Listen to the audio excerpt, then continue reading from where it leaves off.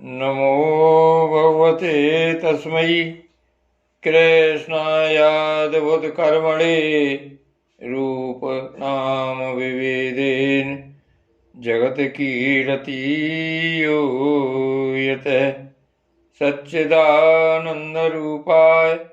विश्वोत्पत्त्यादिहेतवे तापत्रय विनाशाय श्री कृष्णाय वयं नुमः।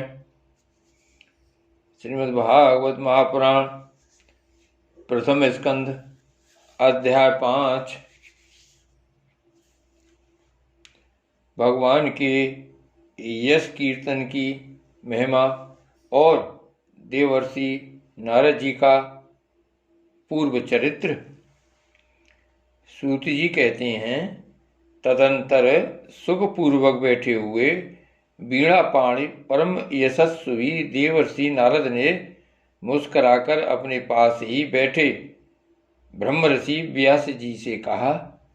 नारद जी ने प्रश्न किया, महाभाग व्यास जी, आपके शरीर एवं मन दोनों ही अपने कर्म एवं चिंतन से संतुष्ट हैं ना? अवश्य ही आपकी जिज्ञासा तो भली बात पूर्ण हो गई है, क्योंकि आपने जो यह महाभारत की रचना की है वह बड़ी ही अद्भुत है।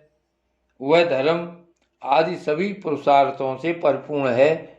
सनातन ब्रह्म तत्व को भी आपने खूब विचारा है और जान भी दिया है।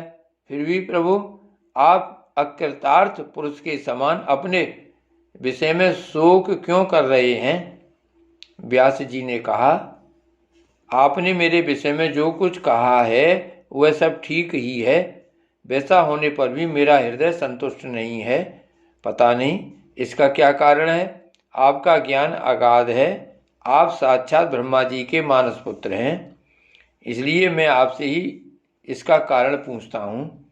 नारद जी, आप समस्त गोपनीय रहस्यों को जानते हैं, क्योंकि आपने उन पुराण पुरुष की उपासना की है जो प्रकृति पुरुष दोनों के स्वामी हैं और असंग रहते हुए भी अपने संकल्प मात्र से गुणों के द्वारा संसार की सृष्टि, स्थिति और प्रलय करते रहते हैं। आप सूर्य की भांति तीनों लोकों में भ्रमण करते रहते हैं और योग बल से प्राणवायु के समान सबके भीतर रहकर अंतःकरणों के साक्षी भी हैं।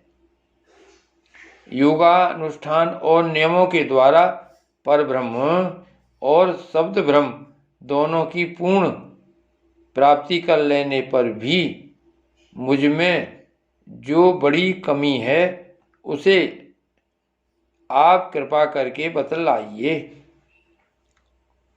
नारद जी ने कहा, व्यास जी, आपने भगवान के निर्मल यश का गान प्रायः नहीं किया। मेरी ऐसी मान्यता है कि जिससे भगवान संतुष्ट नहीं होते वह शास्त्र या ज्ञान अधूरा है। आपने धर्म आदि पुरुषार्थों का जैसा निरूपण किया है, भगवान श्री कृष्ण की महिमा का वैसा निरूपण नहीं किया। जिस वाणी से चाहे वह रसभाव अलंकार आदि से युक्त ही क्यों न हो, जगत को पवित्र करने वाले भगवान श्री कृष्ण के यश का कभी गान नहीं होता। वह तो कौ के लिए उच्छिष्ट फेंकने के स्थान के समान अपवित्र मानी जाती है। मानसरोवर के कमलनीय कमल वन में विहरने वाले हंसों की भांति ब्रह्म धाम में विहार करने वाले भगवत चरणारविंद आश्रित परम हंस भक्त कभी उसमें रमण नहीं करते। इसके विपरीत जिसमें सुंदर रचना भी नहीं है और जो दूसरे शब्दों से युक्त भी है, परंतु जिसका प्रत्येक श्लोक भगवान की सुयश सूचक नामों से युक्त है, वह वाणी लोगों के सारे पापों का नाश कर देती है। क्योंकि सत्पुरुष ऐसी ही वाणी का श्रवण, गान और कीर्तन किया करते हैं। वह निर्मल ज्ञान भी जो मोक्ष की प्राप्ति का साक्षात साधन है, यदि भगवान की भक्ति से रहित हो तो उसकी उतनी शोभा नहीं होती।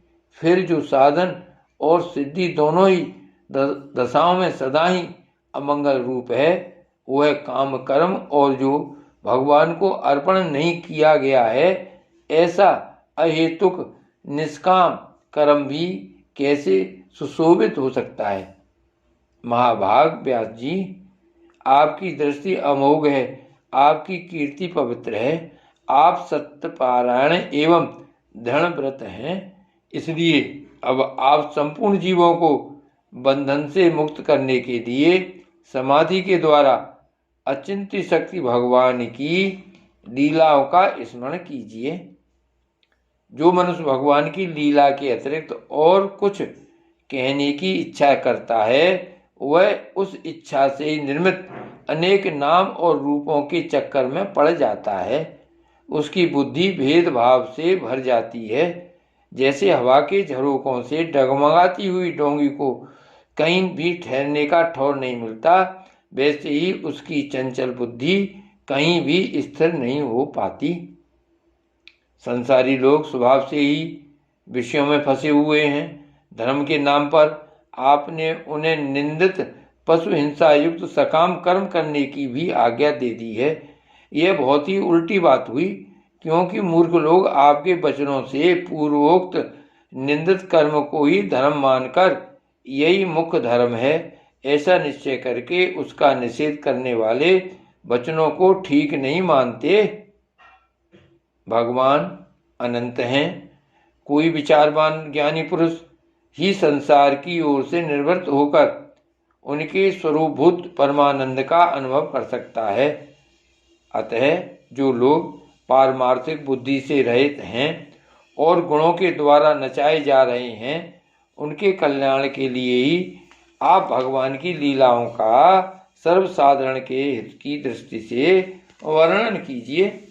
जो मनुष्य अपने धर्म का परित्याग करके भगवान के चरण कमलों का भजन सेवन करता है, भजन परिपक्व हो जाने पर तो बात ही क्या है। यदि इससे पूर्व ही उसका भजन छूट जाए तो क्या कहीं भी उसका कोई अमंगल हो सकता है।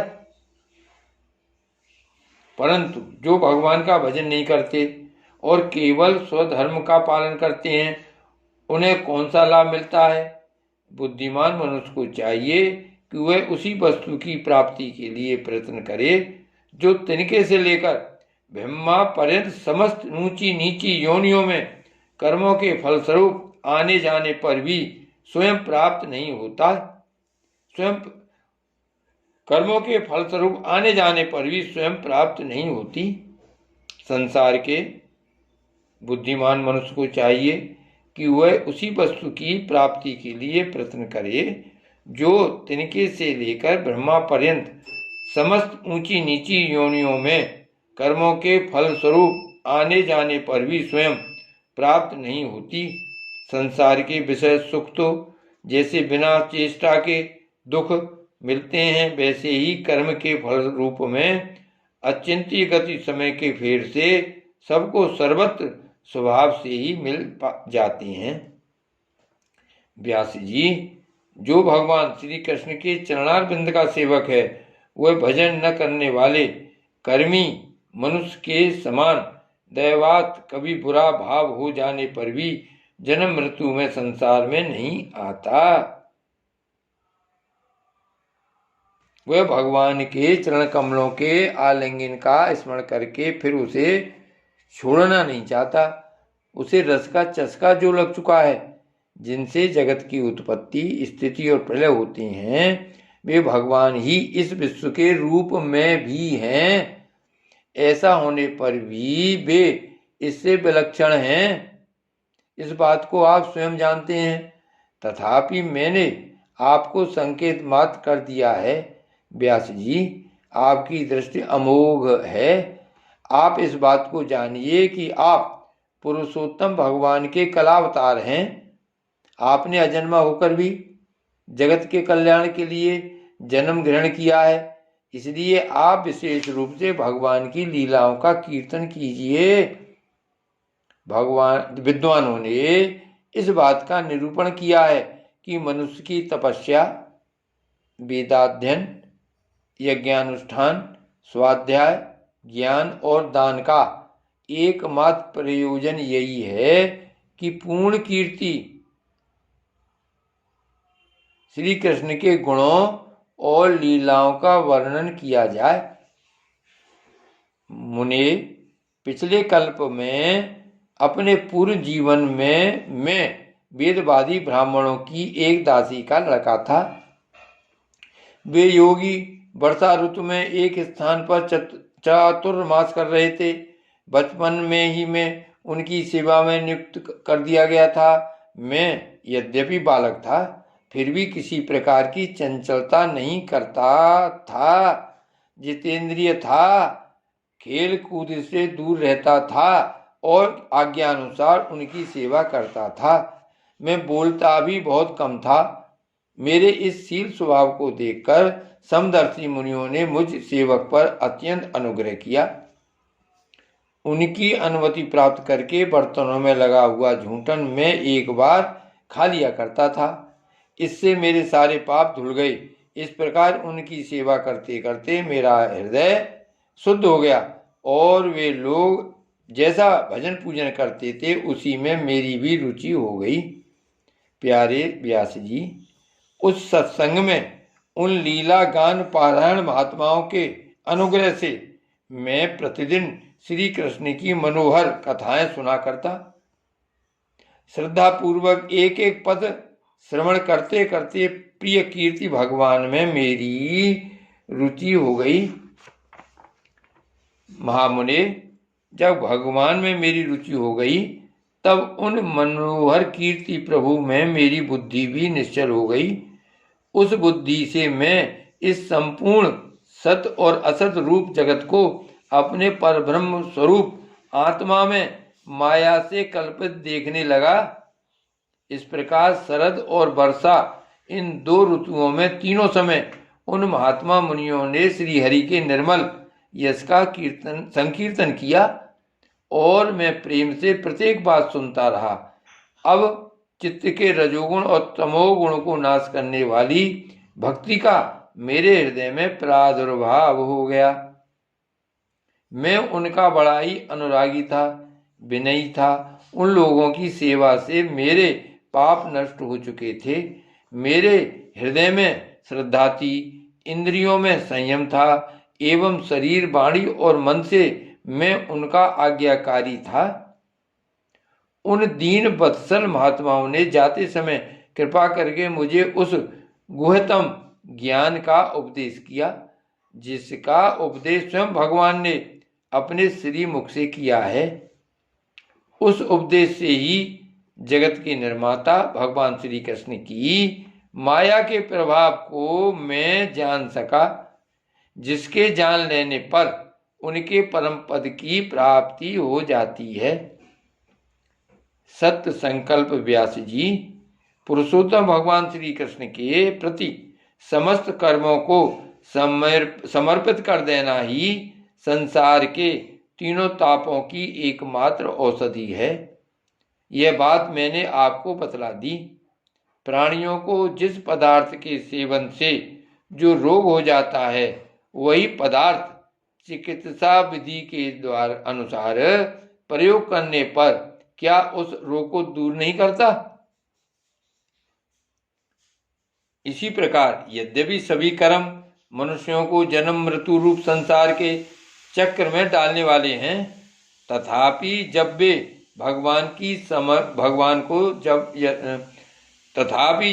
भगवान को समर्पित कर दिए जाते हैं, तब उनका कर्म पना ही नष्ट हो जाता है। इस लोक में जो शास्त्र वेद कर्म भगवान की प्रसन्नता के लिए किए जाते हैं, उन्हीं से पराभक्ति युक्त ज्ञान की प्राप्ति होती है। उस भगवदर्थ कर्म के मार्ग में भगवान की आज्ञा अनुसार आचरण करते हुए लोग बार बार भगवान श्री कृष्ण के गुण और नामों का कीर्तन तथा स्मरण करते हैं। प्रभु, आप भगवान श्री वासुदेव को नमस्कार है। हम आपका ध्यान करते हैं। प्रद्युम्न, अनिरुद्ध और संकर्षण को भी नमस्कार है। इस प्रकार जो पुरुष चतुर्व्यूह रूपी भगवान मूर्तियों के नाम द्वारा प्राकृत मूर्ति रहित अप्राकृत मंत्र मूर्ति भगवान यज्ञ पुरुष का पूजन करता है, उसी का ज्ञान पूर्ण एवं यथार्थ है। ब्राह्मण, जब मैंने भगवान की आज्ञा का इस प्रकार पालन किया, तब इस बात को जानकर भगवान श्री कृष्ण ने मुझे आत्मज्ञान, ऐश्वर्य और अपनी भाव रूपा प्रेमा भक्ति का दान किया। व्यास जी, आपका ज्ञान पूर्ण है। आप भगवान की कीर्ति का, उनकी प्रेममयी लीला का वर्णन कीजिए। उसी से बड़े बड़े ज्ञानियों की भी जिज्ञासा पूर्ण होती है। जो लोग दुखों के द्वारा बार बार रौंदे जा रहे हैं, उनके दुख की शांति इसी से हो सकती है, और कोई उपाय नहीं है। श्री भागवत भगवान की जय। श्री महाप्रभु वल्लभाधीश की जय। श्री गोवर्धन नाथ की जय।